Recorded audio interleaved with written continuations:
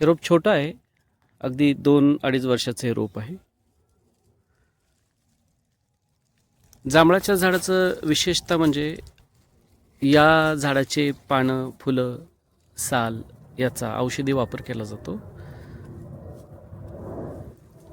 दातामध्ये कीड वगैरे असेल तर ती या पानांचा चावून चावून खाल्ल्यामुळे, गुळणा केल्यामुळे ती कमी होते.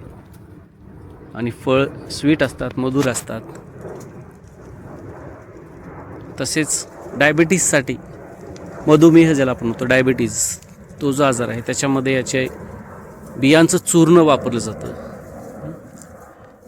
आयुर्वेदिक कंपन्यांनी खूप सारे प्रोडक्ट आहेत मार्केटमध्ये जे जांभळीच्या बियांपासून तयार केलेले चूर्ण विकतात, ज्याच्यापासून शुगर जी आहे ती कंट्रोलमध्ये राहत असते. असे सुंदर झाड आहे.